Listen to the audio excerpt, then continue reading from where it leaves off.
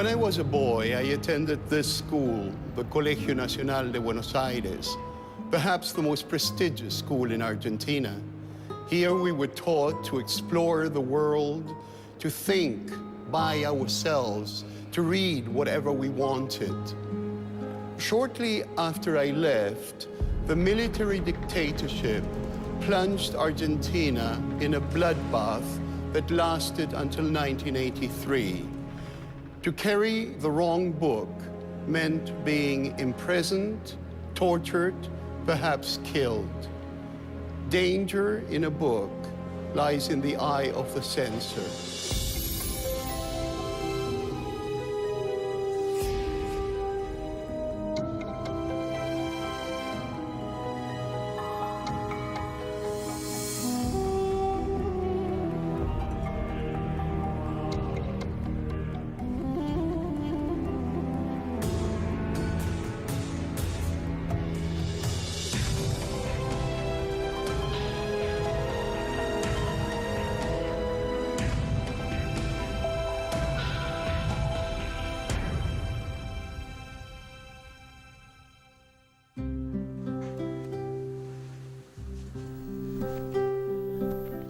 My name is Alberto Manguel. All my life I've been a reader, and now, after having lived in many parts of the world and after having spent decades in Canada, I live in France surrounded by my books. In them, I can trace the reader's journey through history, a journey that entails this most human of creative acts.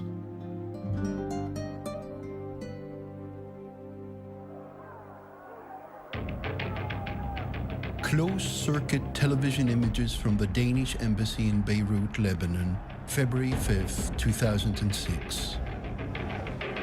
Lebanese soldiers allow Muslim demonstrators to act out their collective rage.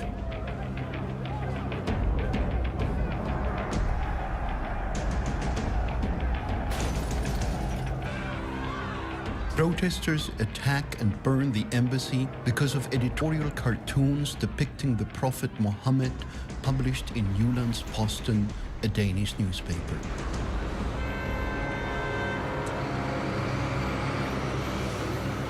Denmark is one of the strongest liberal democracies on earth, where the media have long enjoyed almost complete freedom.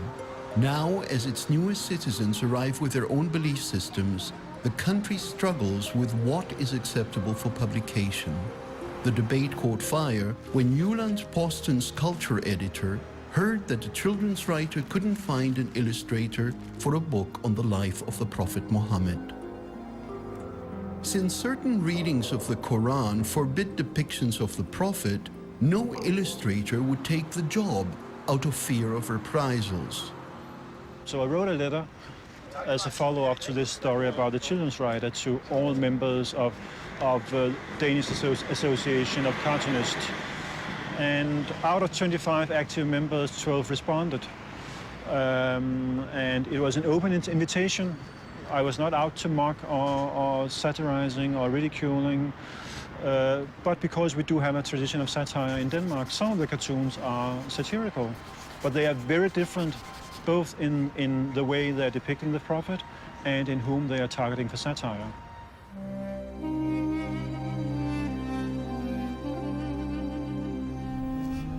The 72-year-old cartoonist Kurt Vestergaard was about to retire in 2005 when he created his cartoon of Muhammad for Fleming Rose. He's a satirical cartoonist who has never backed away from a subject.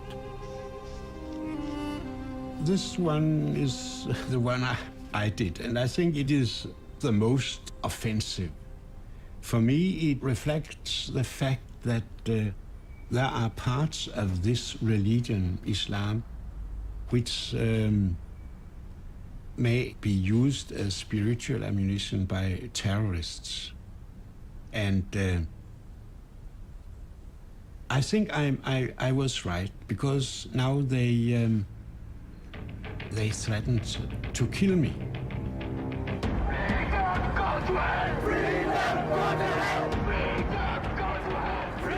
The resulting riots protesting Vestergaard's cartoon raged across the planet. More than 100 people were killed in the angry violence. The debate about whether the cartoons should have been published also raged in journalistic circles. Some governments in the Muslim world undoubtedly exploited the issue for political gain, but it's also true that millions of people did feel insulted. Did Danish freedom of expression infringe upon Islamic freedom of belief?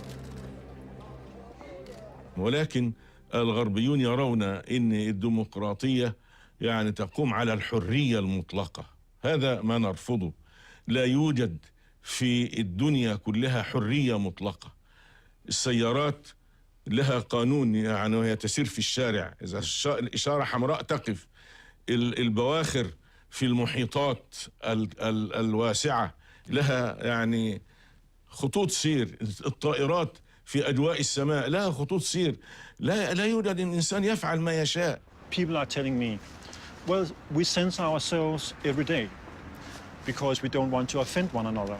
So in fact, a little self-censorship isn't so bad. It's just good manners.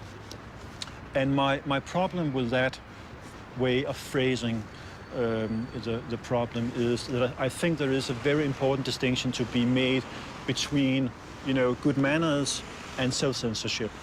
Good manners is, as some of the cartoonists who refused to participate said, we don't want to offend, so we will not participate in this. And that's fine with me.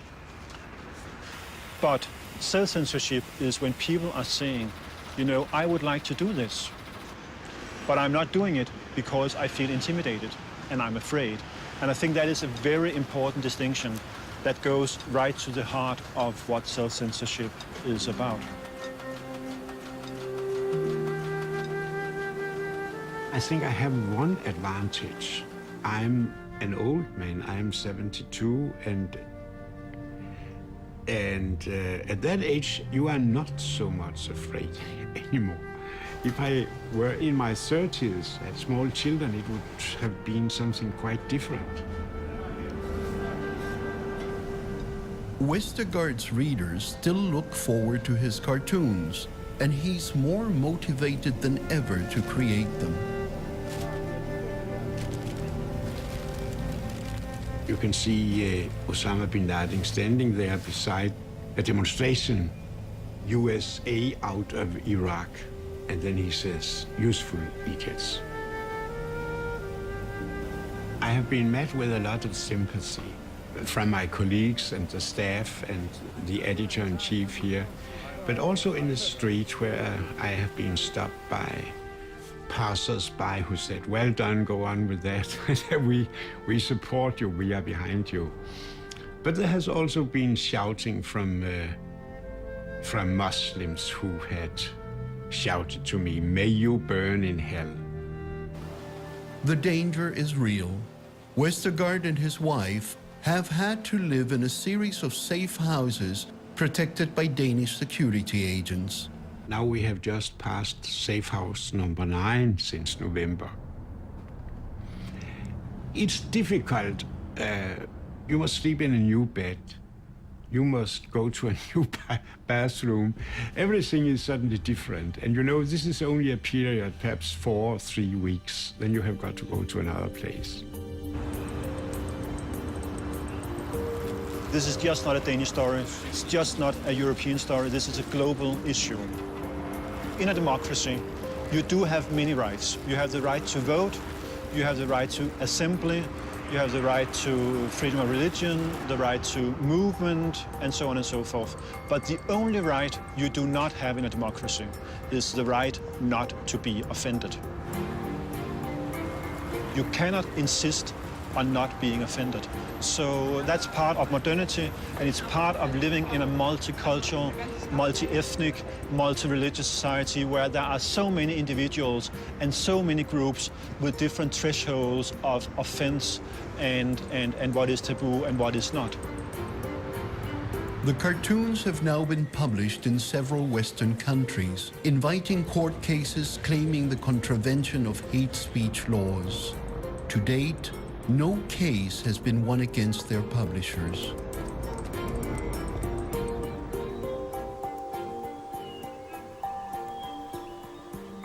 Beyond political and religious reasons, most societies have struggled to accept what they consider taboo, fearful that readers will be corrupted by what's on the page. Gustave Flaubert's 1857 novel Madame Bovary marked a turning point in literary explicitness. Madame Bovary has married an older man and is desperately bored. She turns for excitement to romance novels, but she makes a mistake. Seduced by the adulterous women of the novels, she decides to emulate them, and the result, both for her and for her author, proved tragic.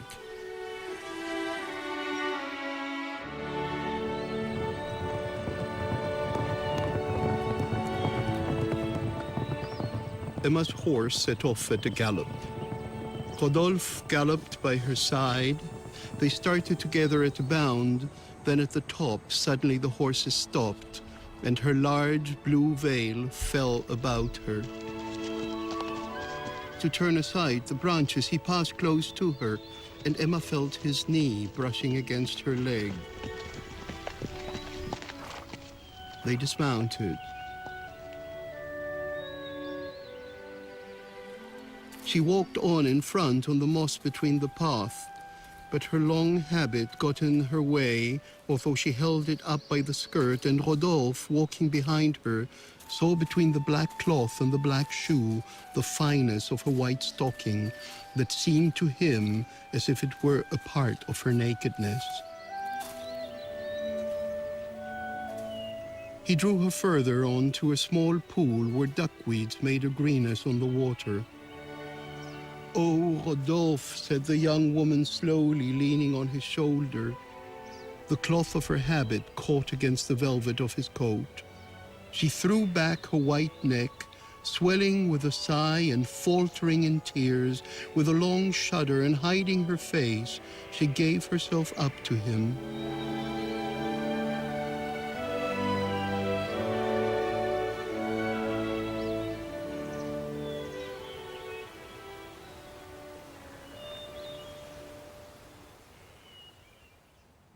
Over a century ago, this would have sounded scandalous to a reader, and not perhaps because of the words they were reading, but because of the social context in which they were read.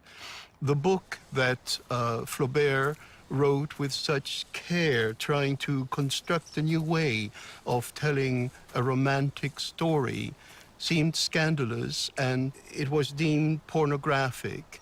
The fact that a married woman would have a love affair seemed unsuitable for the common reader.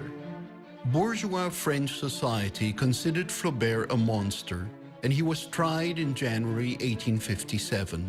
But within a month, he was cleared of all charges.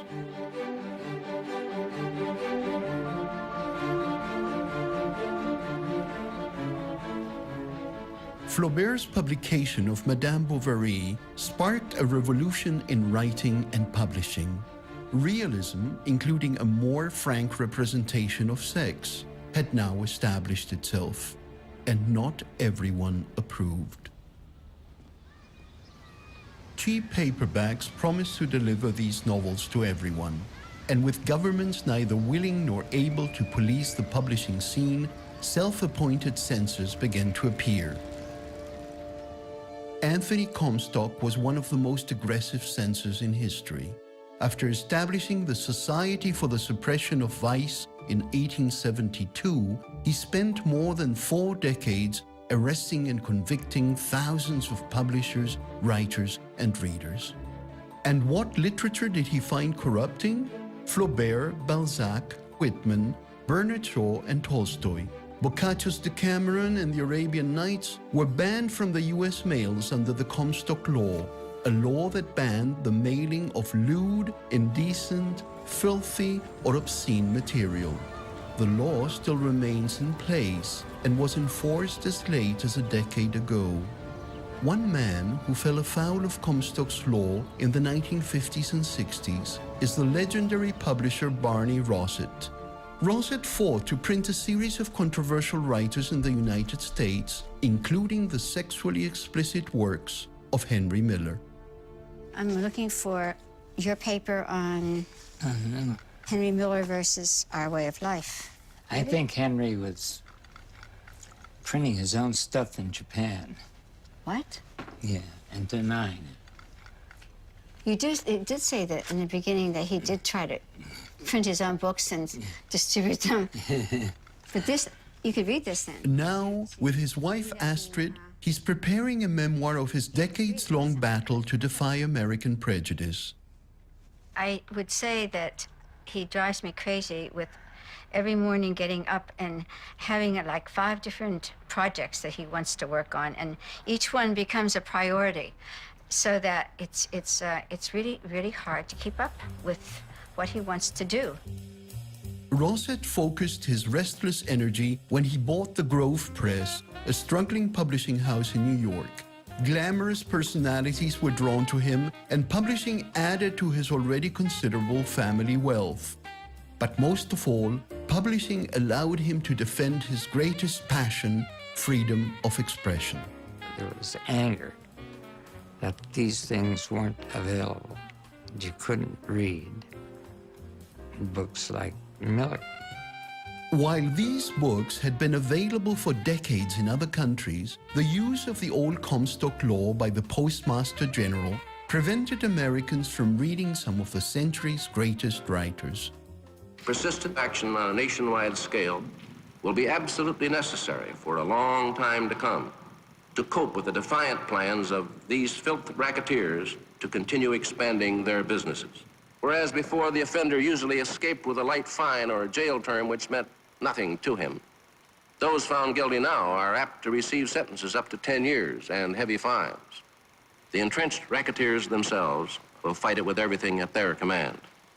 This includes raising pious cries of censorship, freedom of the press, civil liberties, and so forth. I think the most cold-blooded and deliberate thing that I did, as I got to understand more and more about Henry Miller, he had a reputation as being a ne'er-do-well, as being bad, as being not a good writer, as being somebody who was just bad for the morality of the population.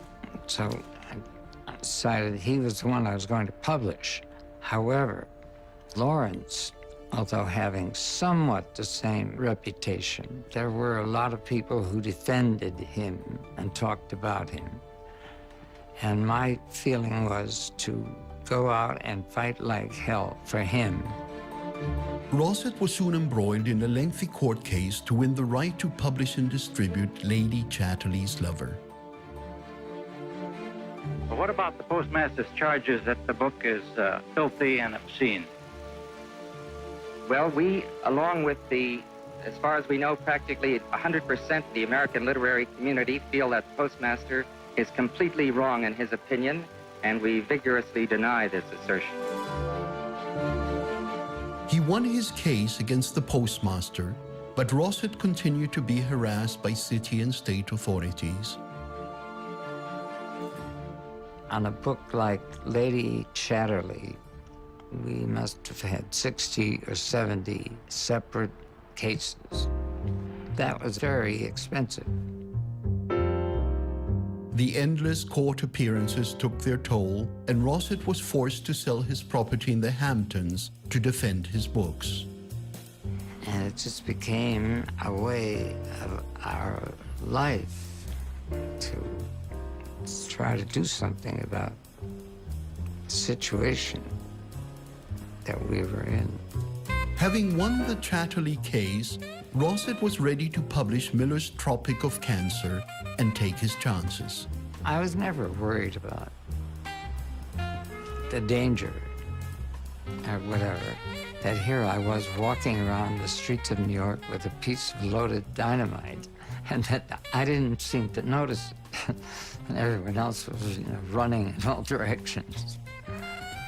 And we sold some, and we got arrested. We got arrested by the mail, by the police, in every different way you could think of. Rosset was accused of publishing Tropic of Cancer solely for the money. But what turned the judge in the climactic trial was a paper Rosset had written as a high school student on Henry Miller. Henry Miller is an expatriate American, and as such, I thought it might be interesting to tell about the impression of America he received upon coming back home after a long absence. Perhaps he cannot decide satisfactorily if our way of life is worth dying for, but at least he can stimulate our thought on the subject. Rosset's lawyers argued that if he had written an essay as a 17-year-old in support of Henry Miller's art, how could he be motivated only by money publishing the book decades later? The judge said, not guilty. And I can remember going out, and it was a blizzard. I was in a total state of euphoria. That was the high point of the whole goddamn thing. The tide had now turned, and Rosset started winning his cases. The judges, as I remember, were pretty good by then. They were coming around to our point of view. Comstock was gone.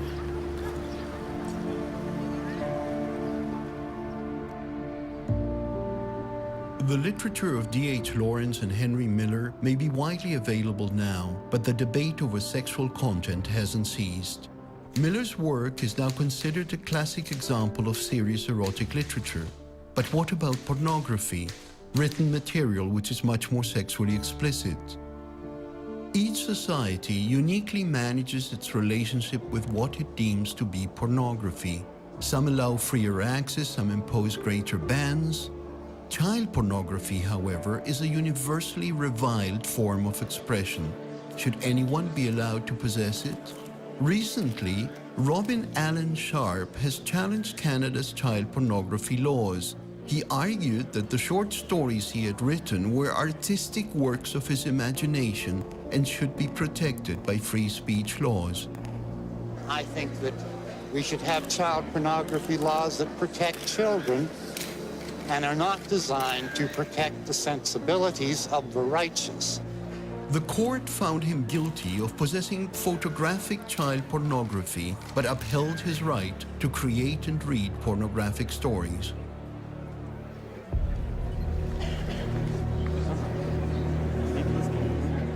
To some, denying the Holocaust is as odious as child pornography. British writer David Irving has in the past denied the Holocaust in speeches and in books. I say I'll give $1,000 to anyone who can find one document showing that Adolf Hitler even knew about Auschwitz. Irving was convicted and spent 10 months in an Austrian jail for glorifying the Nazi regime, which is a crime in Austria and elsewhere across Europe. For me to be standing here on trial for an opinion I expressed 16 years ago as a historian is ridiculous. And for Austria to try to pretend it's not a Nazi state in doing so is ridiculous.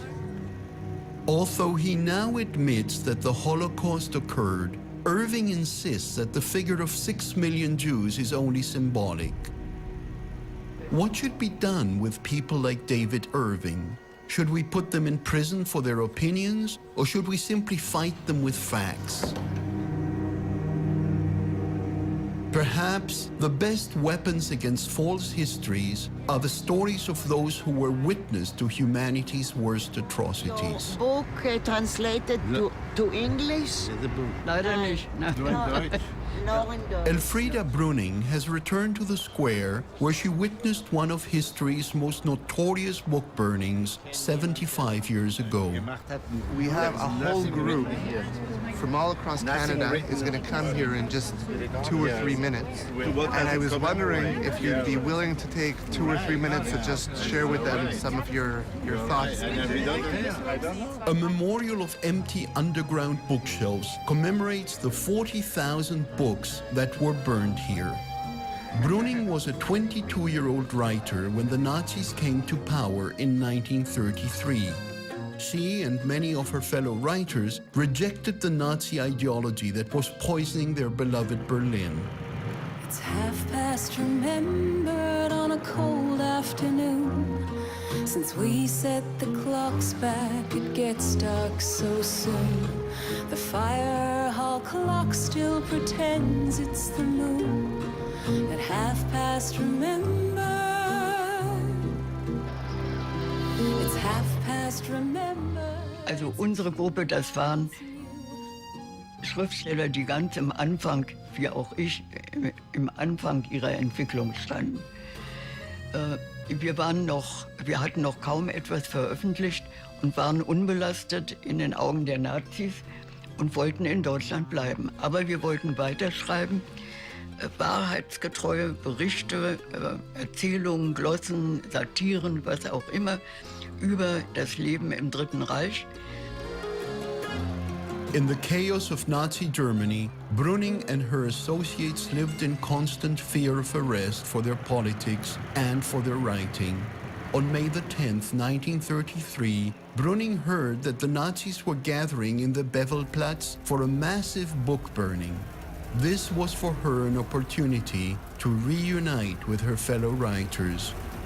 Eines überspitzten jüdischen Intellektualismus ist nun zu Ende.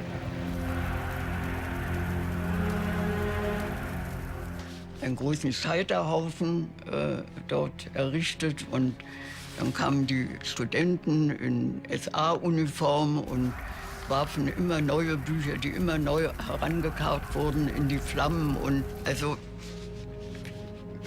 wir haben uns ja ziemlich ferngehalten. Wir wollten ja von diesem ganzen Spektakel so wenig wie möglich sehen.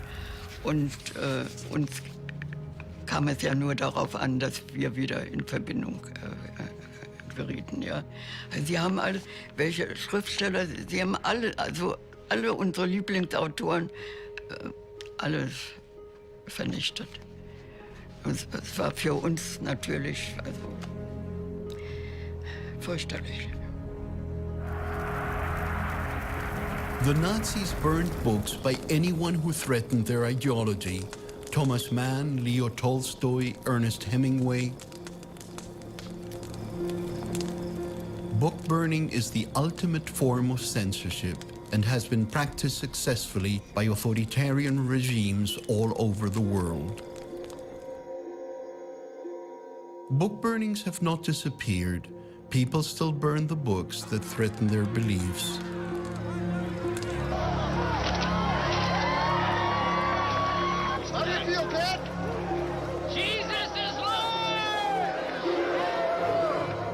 It's easier to destroy something one doesn't understand than to try to understand it.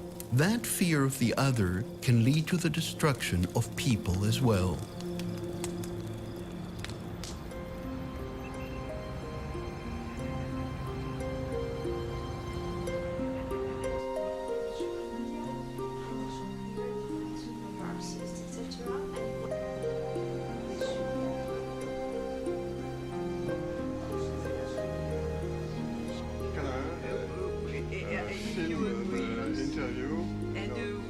Writer Taslima Nasreen is conducting a series of interviews at a secret location in Paris.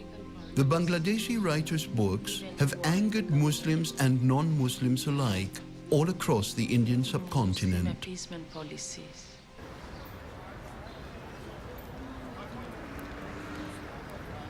Nasreen has been on the run from her enemies since the early 1990s. She often needs to travel in armored sedans protected by state security agents.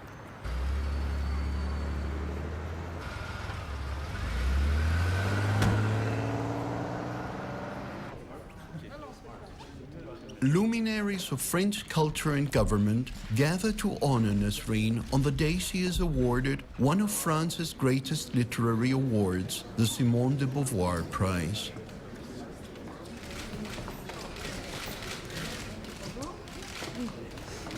En souvenir de Simone de Beauvoir, qui écrivait « La fin suprême que l'homme doit viser, c'est la liberté, seule capable de fonder la valeur de toute fin. La liberté ne sera jamais donnée, mais toujours à conquérir. Au nom de ceux dont la foi ou les convictions réprouvent la violence et abhorrent la censure, au nom des femmes et des défenseurs des droits de l'homme qui partout dans le monde se battent pour la liberté, en mon nom propre, je vous souhaite, chère Taslima Nasrin, la bienvenue en France, la bienvenue à Paris.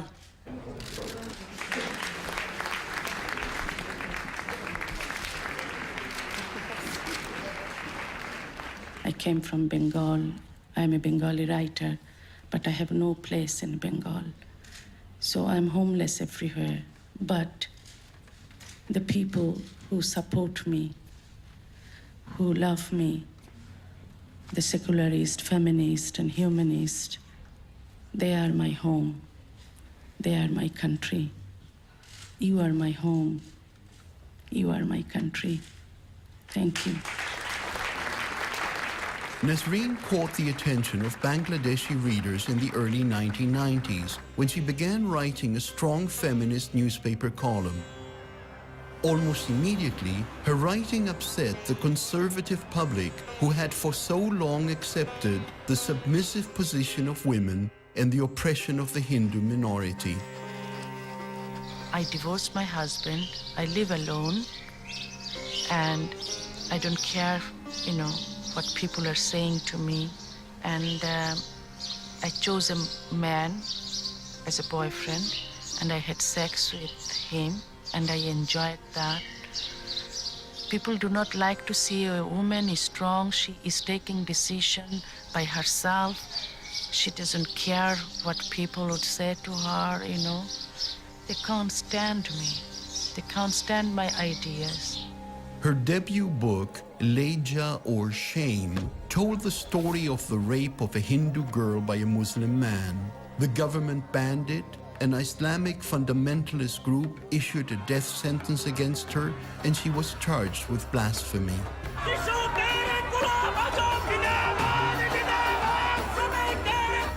Hundreds of thousands demonstrated against me.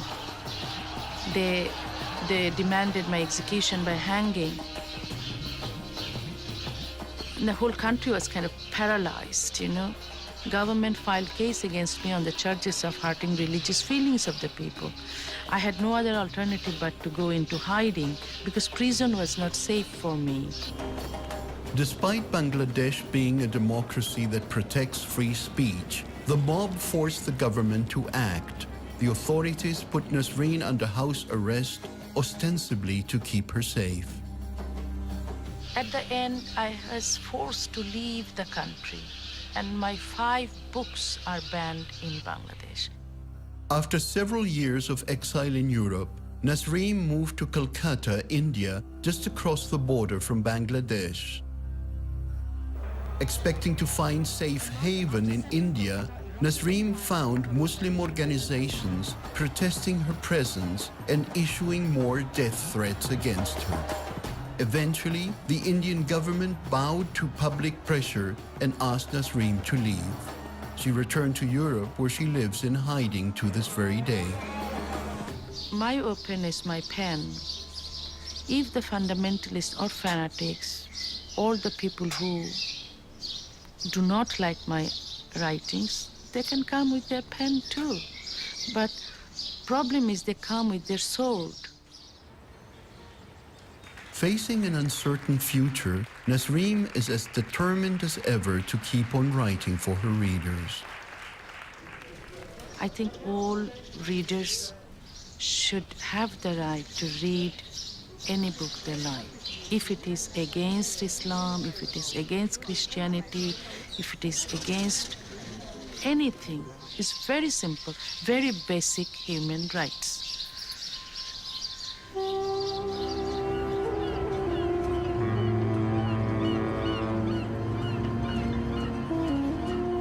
Istanbul has long shared both Eastern and Western cultures. It sits on both sides of the Bosphorus River, one half in Europe and one half in Asia. Publisher Raghup Zarkalo has been a critic of the Turkish government for decades. From this basement, he publishes books that are highly critical of the nation's military and of Turkey's official versions of its history. insulting institutions like the military is illegal in Turkey under Article 301. Offenders can face years in prison. Zarkalu has recently been charged under the law for publishing a book on the Armenian genocide. Biz hep böyle kendi aydınlar, yazarlar, yayıncılar arasında sanıyorduk. 100 kişi civarında. Meğerse bütün ülkeye yayılmış çok talebeler, küçük memurlar filan da muhalif olduğu sürece onlara da davalar açılmış. Yani Geçen çok gün acımasız bir gazetede şekilde şey yayılmış. okudun mu? Bir vatandaş otobüste giderken Evet. kendi kendilerine sohbet ederken sivil bir polis ileri geri bir şey. devlet aleyhinde konuşuyor durduruyor diye filan. otobüsü durduruyor, adamı indiriyorlar. Ve 301 yani ne ilgisi var? Artık Demek sokaktaki ki adam bile konuşamayacak. Yani bu tabii demokrasinin önündeki kesin bir engel. 301'in herhangi bir şekilde değiştirilerek bile uygulanması Türkiye'deki demokratikleşme hareketini engelleyecektir. Dolayısıyla tamamen kaldırılması lazım. biz anlatamadık. Kaç defa bakanla görüştük. Avrupa Parlamentoya Birliği de gittik delegasyon olarak. Ama bizi dinleyen yok tabii. Avrupa Birliği. We must be in struggle with the system, which is authoritarian, prevent liberty. They prevented my liberty. I was a successful student. I was arrested after the army coup and put in jail. They changed my way for the life. I made a plan to be a scientist, but I must stop. I couldn't finish my PhD, and I was very angry. But I decided to struggle for liberty for everybody, not only for my liberties, for everybody, and to make the country more possible to live in freedom. The country has been ruled by the military for decades. Although they tolerate an elected legislature, the generals represent the secular values set out by Mustafa Atatürk, the founder of modern Turkey. By imposing its official culture on various ethnic and religious groups such as Kurds, Armenians, and Greeks, the Turkish state has rarely tolerated the assertion of minority rights, nor their voices in art and literature. Although Zarkalu belongs to the Turkish majority, he's dedicated his life to telling the stories that the Turkish government denies, such as the destruction of more than 1 million Armenians in 1915 and the ongoing persecution of Kurds inside Turkey.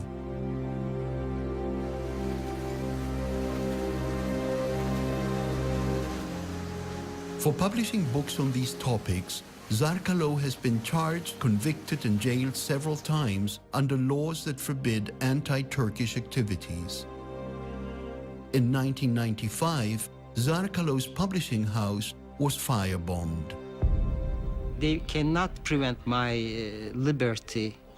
I will be the freest man in my country in prison because my mind is free and my mind didn't want to accept the bars of the thinking. So we are creating, as my late wife say, our liberty, our freedom.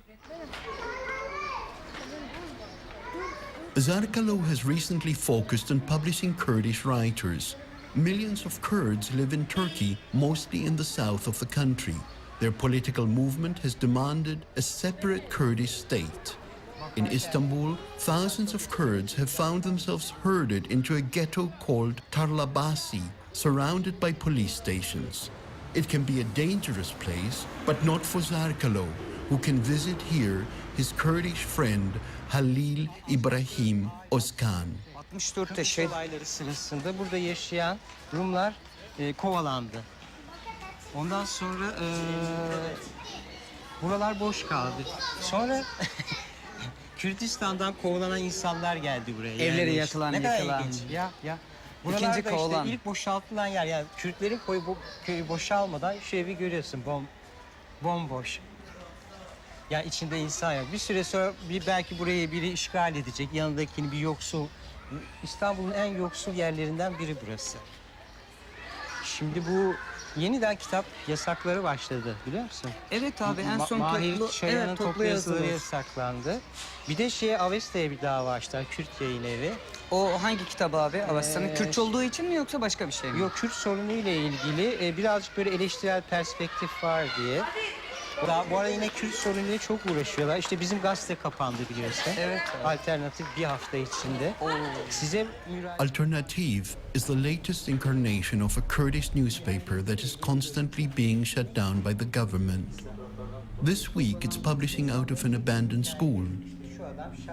Zarkalo has seen dozens of his Kurdish colleagues killed for reporting the truth about their plight. This is all murdered journalists. The majority were disappeared and killed during their work as a journalist in Kurdish region. And some of them very young.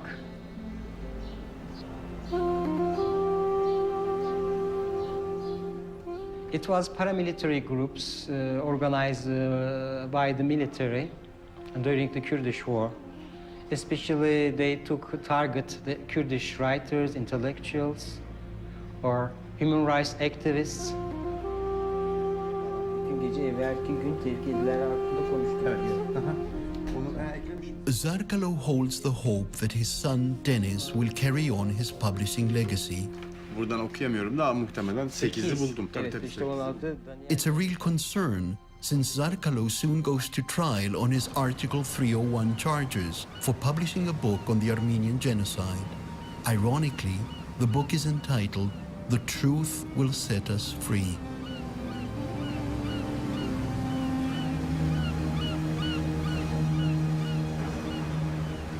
As a great German poet said, if they begin to burn the books, it means they will burn the man.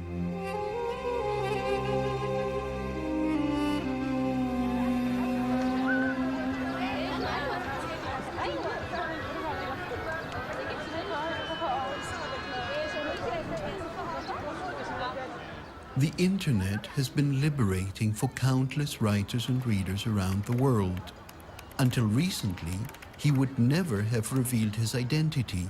But blogger Wael Abbas has tens of thousands of Egyptians watching the videos of police brutality he posts online.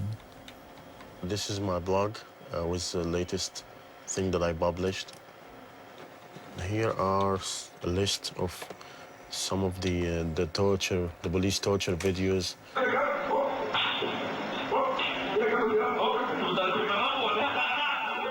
Many of the videos are shot on cell phones, some by the observers, some by the perpetrators. These are police officers. They are like having fun, pretending to be shooting a movie, while the movie involves a victim, which is this guy. I think these officers were suspended for a while, which I think is not enough. The victim had to flee the country because he was under a lot of pressure. Through his blog, Abbas gets his readers to debate what is happening inside a country that has been ruled by President Mubarak for the past 3 decades. We have papers that are shut down. We have journalists who go to jail. We have even bloggers who are in jail. By revealing his identity, Abbas risks his life to communicate with his audience. His phones are tapped, no one will hire him, and the regime has attacked him relentlessly in the official media. I'm subject to a campaign of character assassination. Rumors are being spread that I converted to Catholicism. And again, when they wanted to add a Zionist flavor to it, they said that I converted to Protestantism. And they also spread a rumor that I was a homosexual. So they are basically targeting people's trust in me and in what I write on my blog. This is a video of a microbus driver in Egypt who was sodomized inside a police station.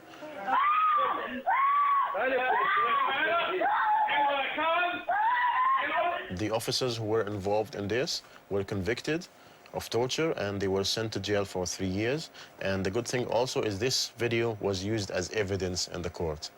So it was a precedent, it was the first time in Egypt, and I feel good about it. Let me show you something that I shot myself during a demonstration. It shows how violent the Egyptian police is towards peaceful demonstrators. This is a petition.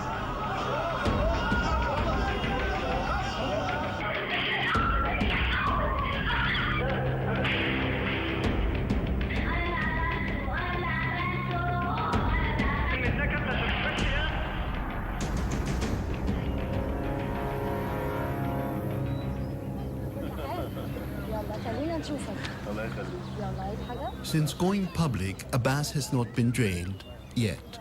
Nor has his website been shut down. The same cannot be said for bloggers in many other countries.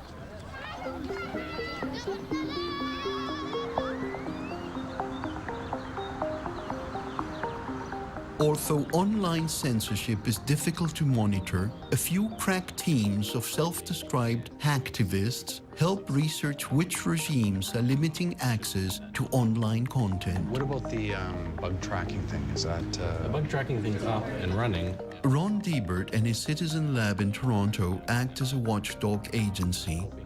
Once the internet was seen as this overwhelming force that governments and corporations couldn't withstand, our research has shown that states are intervening quite aggressively into the internet environment and shaping communications that flow through it.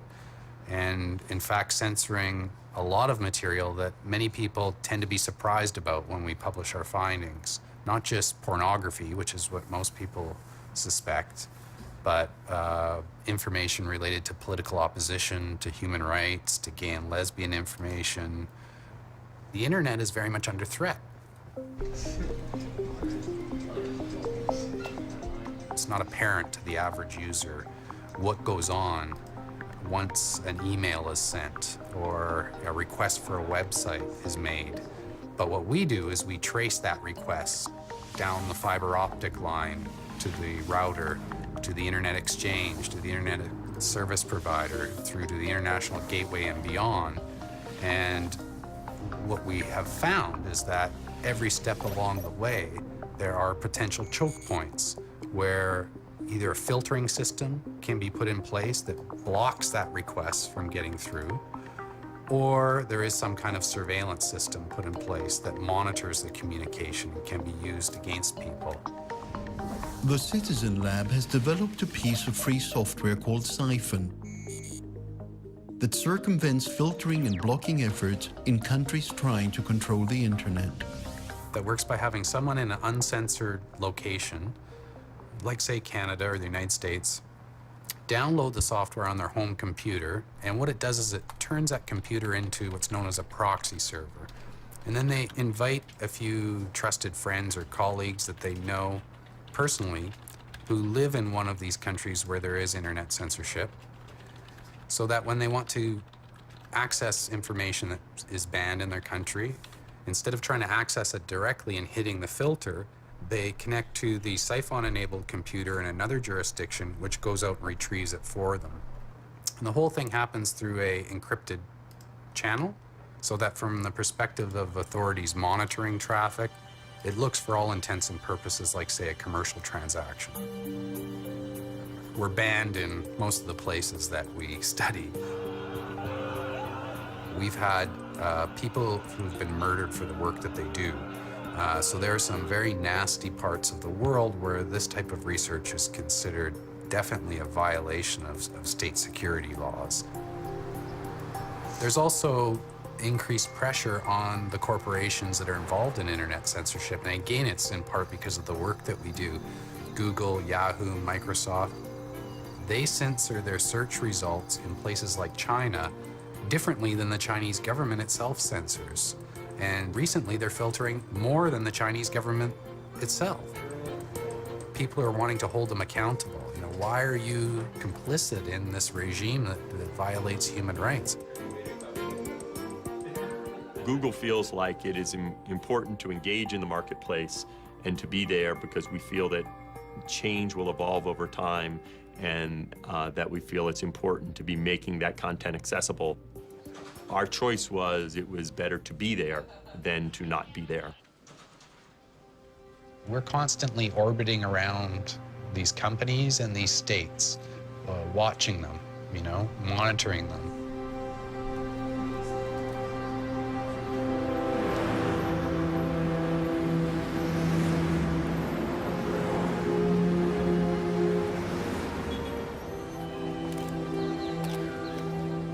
After the trial, Zarkalo has been found guilty. He won't go to prison today, but he is heavily fined.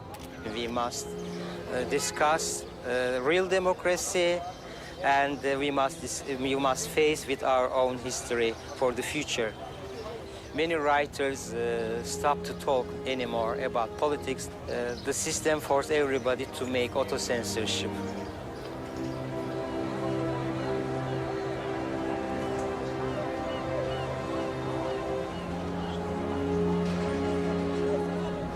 As long as there are those dedicated to publishing without restrictions, no matter the cost, readers will be free to read what they want.